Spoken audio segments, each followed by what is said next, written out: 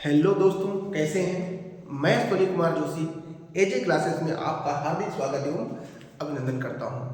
दोस्तों, अभी अभी बिहार में 2 दिन पहले पेपर हुआ और उस लीक होने की भी खबर आपने सुनी ली होगी। तो उसी कड़ी में बच्चे के लिए हम अभी बिहार टीआरई 3.0 का जो मैथ्स का कॉमन पेपर है उसका डिटेल सॉल्यूशन लेकर आए हैं। इसमें बहुत सारे कॉन्सेप्ट और ट्रिक हम यूज करेंगे। बच्चों की क्या होती है थिंकिंग प्रोसेस, क्या होता है थॉट प्रोसेस, कैसे उन चीज़ों को लगाया जाए, इस पर हम बारी बारी से चर्चा करेंगे। और आप इस वीडियो को लास्ट तक देखिएगा तो आपको बहुत ही फायदा होगा। और अगर आपको थोड़ा सा भी फायदा होता है इस वीडियो के माध्यम से तो लाइक शेयर सब्सक्राइब जरूर कर दीजिएगा, ठीक है। तो आइए देर न करते हुए सबसे पहले हम कॉमन पेपर जो हुआ था उस चीज़ की शुरुआत करते हैं, ठीक है। तो शुरुआत करते हैं। सबसे पहला सवाल जो था मैथ्स का ले लेते हैं, क्योंकि जीके जीएस तो हम बोलेंगे, मैथ्स के सवाल जो हैं थोड़ा इजी क्या है और कितने टेक्निकल सवाल थे उन चीज़ों पर भी हम बारी बारी से आपके लिए चर्चा करेंगे। दोस्तों, सबसे पहला सवाल था, चाहते थे चीज़ को हम लिख कर ला सकते, ठीक है।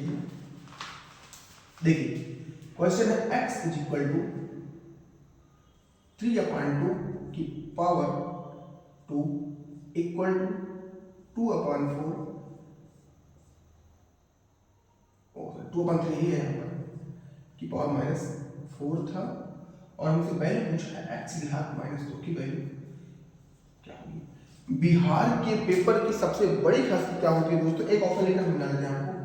ऑप्शन क्या देखिए, कितना मजेदार ऑप्शन था। 2/3 12 बी था 3/2 की पावर -12, सी था 3/2 की पावर 6 और डी था एक से अधिक सही होगा इसका। और पांचवा था एनओटी। दोस्तों, ये ऐसा सवाल था कि इसमें एनओटी भी दिया है और बहुत सारी चीजें हैं हम जो भी बारी बारी से चर्चा करेंगे। तो ये सवाल था, इसको लगाना था। ये सवाल बहुत इजी है लेकिन टेक्निकल है। हमने बार बार बताया है कि एग्जाम में बच्चों के पास टाइम कम होता है। तो आइए पहले इसको लगाते हैं फिर आपको बताते हैं सारी बातें। देखिए, आपने एक रूल पढ़ा होगा घातांक और करनी में कि अगर a की पावर a बटे b की पावर n है, अगर a पलट जाएगा b बटे a लिख देंगे तो साइन यहाँ प्लस है तो माइनस हो जाएगा, ठीक है। तो यहाँ 3/2 है तो यहाँ भी 3/2 कर सकते हैं इजीली। तो क्या करना पड़ेगा दोस्तों, 3/2 मल्टीप्लाई पलट देंगे तो क्या हो जाएगा 3/2 और साइन बदल जाएगा, माइनस प्लस प्लस है तो माइनस हो जाएगा, 4 हो जाएगा, ठीक है। इस रूल से हमने इसको बना लिया। तो थोड़ा इसको इरेज कर लेते हैं, उधर स्पेस कम है ले लेंगे। ये आपको पता होना चाहिए। अब दोस्तों, आपने पढ़ा होगा कि आधार समान होती है तो गुणा में घातें जुड़ती है। x इज इक्वल टू 3 3 तो 3 2 और घात जुड़ जाएगी कितना हो जाएगा 4 और 2 कितना हो जाएगा 6। तो x का मान इतना है, लेकिन हमसे पूछा क्या x की घात -2। तो हम x की घात जैसे ही -2 करेंगे तो x का मान और रखना पड़ेगा हमें। तो 3/2 की पावर 6 की पावर -2 करना पड़ेगा। और जैसे इसको अगर घातों में गुणा होता है दोस्तों तो -12 आ जाएगा।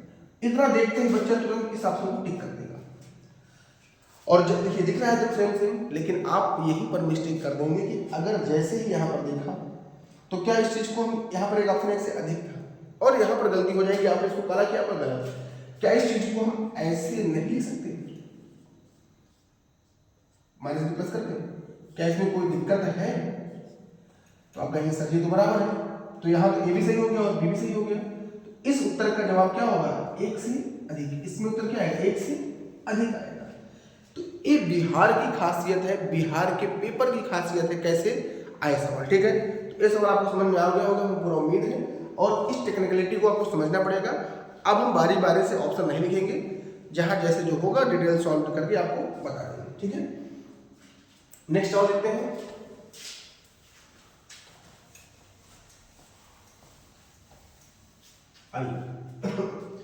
एक सवाल था, 1000 रुपए पर 2 वर्ष के लिए 4% प्रतिवर्ष की दर से ब्याज क्या होगा।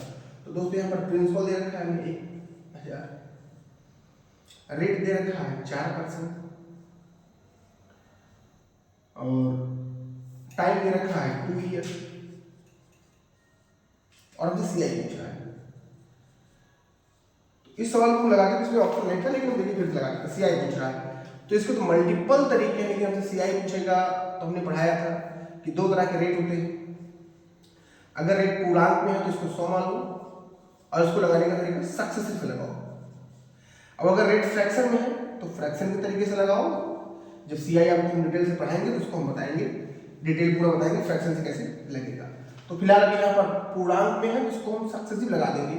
सी आई का सक्सेसिव फार्मूला क्या होता है 2l का दोस्तों, तो आप कहेंगे x plus y plus x y बटे 100। अब यहाँ पर वही है तो इसको करने का और तरीके हैं, लेकिन सबसे आसान तरीका तो 4 यहाँ रहेगा, 4 यहाँ रहेगा तो 4 प्लस और 4 चौक 16 बटे 100। तो 4 से कितना हो जाएगा 8 और 4 से 16 हम लोग मिल जाएगा तो कितना जाएगा 6% कितना आ जाएगा। अब जैसे ही इतना आ गया दोस्तों, कुछ नहीं करना था, प्रिंसिपल आपका 100 है, दिया कितना है तुलना कर लेंगे, 1000 बटे कितना हो जाएगा 100 और गुणे कितना हो जाएगा 1, 2 0 कट जाएगा और 10 से गुणा करेंगे तो हम लोग खिसक जाएगा तो हमारा ब्याज कितना हो जाएगा 1 हो जाएगा। इस सवाल का उत्तर ए हो जाएगा जो कि उस एग्जाम के ऑप्शन में नहीं था। ठीक है, तो आइए अगला चलते हैं, मिटा दें इसको, आप इसका मिला लीजिए और हम आपको पूरा डिटेल समझाने का प्रयास भी कर रहे हैं दोस्तों। इसको मिटा देते हैं, आप समझ रहे हैं। कह रहा है एक नियमित बहुभुज जिसके प्रत्येक y कोण का मान 45 डिग्री है तो उसके भुजाओं की संख्या क्या होगी। हमें भुजाओं की संख्या मतलब n का मान दे रखा है 45 डिग्री और एक कह रहा है y कोण है, सॉरी कोण एंगल दे रखा है थीटा का मान है और एक ऐसा है तो y कोण है। y कोण का मान कितना होता है मेरे दोस्तों आपको पता होना चाहिए। प्रत्येक y कोण जितने भी y कोण होंगे अगर आप सबको जोड़ेंगे तो उनका होता है 360 और एक का निकालना है तो क्या करना पड़ेगा हमें उसी से भाग कर देना पड़ेगा तो n का मान निकालना है दोस्तों तो कैसे निकालेंगे, सीधे n बराबर कितना हो जाएगा 360 डिग्री बटे कितना हो जाएगा थीटा हो जाएगा। 360 डिग्री थीटा का मान 45 डिग्री रख देंगे, इससे कट जाएगा डिग्री कोई मतलब ही नहीं। 9 से काटेंगे 9 × 45 9 चौक 36 और 5 से काटेंगे 5 8 40 तो n का मान कितना आ जाएगा कितना आ जाएगा दोस्तों। ठीक है, अब यहाँ पर हम आपको एक एक्स्ट्रा चीज और बता देते हैं कि अंतः कोण और प्लस y कोण का मान 180 होता है, 180 डिग्री का ही होता है।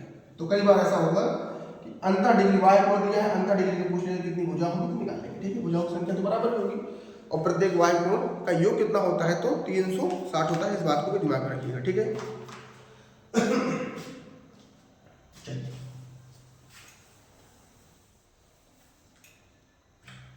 कह रहा एक घनाकार बर्तन 10 सेंटीमीटर लंबा 8 सेंटीमीटर चौड़ा, उसमें इतना तरल पदार्थ रखा गया है तो वह कितना ऊंचा बनाया गया। ठीक है, तो आपको बताया है हमने कई बार कि अगर वॉल्यूम की बात करेगा घनाकार है तो L × B × H। ठीक है, कितने घन सेंटीमीटर का है 480, लंबाई दे रखा है 10, चौड़ाई दे रखा है 8, ऊंचाई हमसे पूछा है तो निकाल लेंगे, इजी सवाल।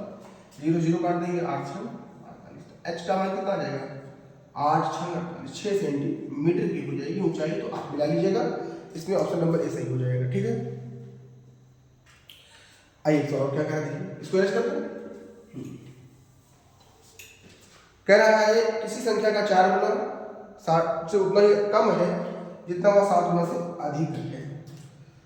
तो 4 गुना से 4x से उतना कम है 60 का। ठीक है, जितना वह 7 गुना से 61 ज्यादा है। करना पड़ेगा हमें, ए इधर आएगा तो माइनस का प्लस हो जाएगा, 7 4 कितना हो जाएगा 11 हो जाएगा और ए इधर आएगा तो 7 4 120 121 हो जाएगा। तो x का मान कितना आ जाएगा 11 भाग करके आ जाएगा। बाकी सवाल को ऑप्शन से लगा दिया और जल्दी से लग गया था। ठीक, अभी हम डिटेल सॉल्यूशन करें तो मान की बताना पड़ रहा है। चलिए एक सवाल और दिया है, कह रहा है यदि एक आयत की चौड़ाई और लंबाई का 3/4 है, आयत चौड़ाई लंबाई का 3/4 है। दोस्तों क्या हमने इसको नहीं पढ़ाया है, चौड़ाई लंबाई का 3/4 है। तो हमने कई बार बताया है कि जिस शब्द के साथ का अथवा से लग जाए तो वह हमेशा नीचे रहता है। तो लंबाई के साथ का लगा, लंबाई कितनी हो जाएगी 4 x हो जाएगी और चौड़ाई कितनी हो जाएगी 3x। तो आयत है तो आयत का परिमाप कितना होता है 2l + b, ये होता है परिमाप, ठीक है। अब 2l कितना बनेगा 4x और 3x इज इक्वल टू कितना हो जाएगा, परिमाप सवाल में दिया है 546। तो 2 और 4 कितना हो जाएगा 7x 546, ठीक है। अब काट लेंगे इसको, 7 से काट लो पहले, 7 7 49, 5 7 56, 2 से काट लो, 2 3 6 2 9 18। तो x का मान कितना आ जाएगा 39। अब लंबाई पूछेगा तो 4x मतलब 4 मल्टीप्लाई 39 कर लेंगे, 3x 3 मल्टीप्लाई 39 कर लेंगे और इसको हल कर लेंगे, हमारा उत्तर आ जाएगा। गुणा कर लेंगे, 4 9 6 6 हासिल है 3 और 4 3 12 12 15 9 3 27 के साथ हासिल है 2 और 3 का 9 11। तो इतना लंबा इतना चौड़ा हो जाएगा, इस सवाल का उत्तर ये आएगा। आप इसको मिला लीजिएगा, या फिर भी नहीं था। अभी कॉमन नंबर की बात कर रहे हैं, हम सब पर डिटेल से चर्चा करेंगे, जो आपके 40 सवाल है उस पर भी चर्चा करेंगे और इन चीज़ों पर बारी बारी से हम डिटेल डिस्कशन करेंगे, ठीक है। एक सवाल था क्वेश्चन बेस्ड ऑन कॉइन, सिक्कों पर आधारित प्रश्न पर सवाल था। कह रहा एक बैग में 187 रुपया है जिसमें सिक्के हैं 1 रुपए के, 50 पैसे के और 10 पैसे के सिक्के हैं।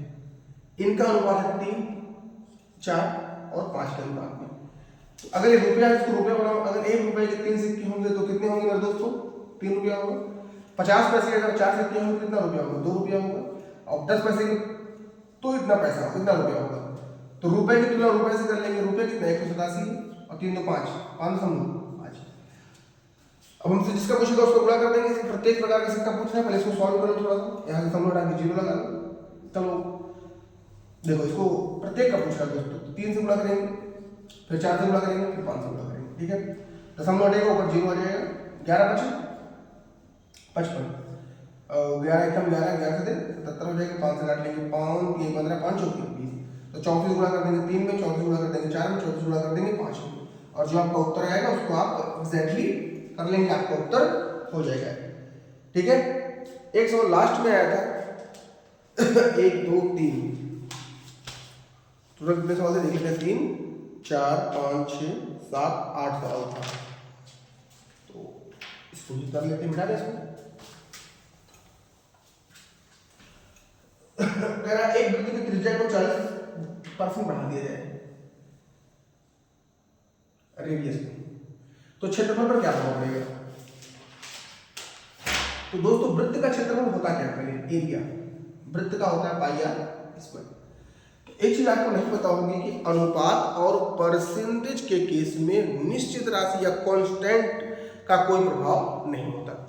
तो यहाँ पर कांस्टेंट क्या है पाई, इसको छोड़ दो, आर कितनी बार है 2, और इसका मतलब होता है आर गुणे आर, मतलब वृद्धि पर वृद्धि, वृद्धि पर वृद्धि।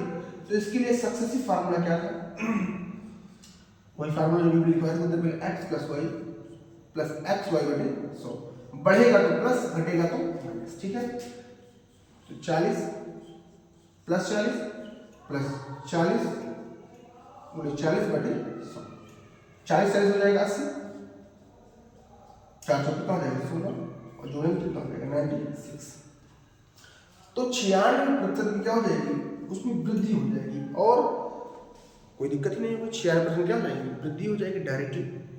तो अभी हमने आपको कॉमन पेपर का पूरा डिटेल डिस्कशन दिया, 8 सवाल थे जिसमें अभी 40 सवाल की सीरीज को भी लेकर आएंगे हम आपके लिए, और 40 सवालों को हम स्टेप बाय स्टेप या डिटेल से उन चीज़ों को सॉल्व करेंगे, और जहाँ भी दिक्कत आपको होगी उन चीज़ों को हम आपके लिए हमेशा तैयार हैं।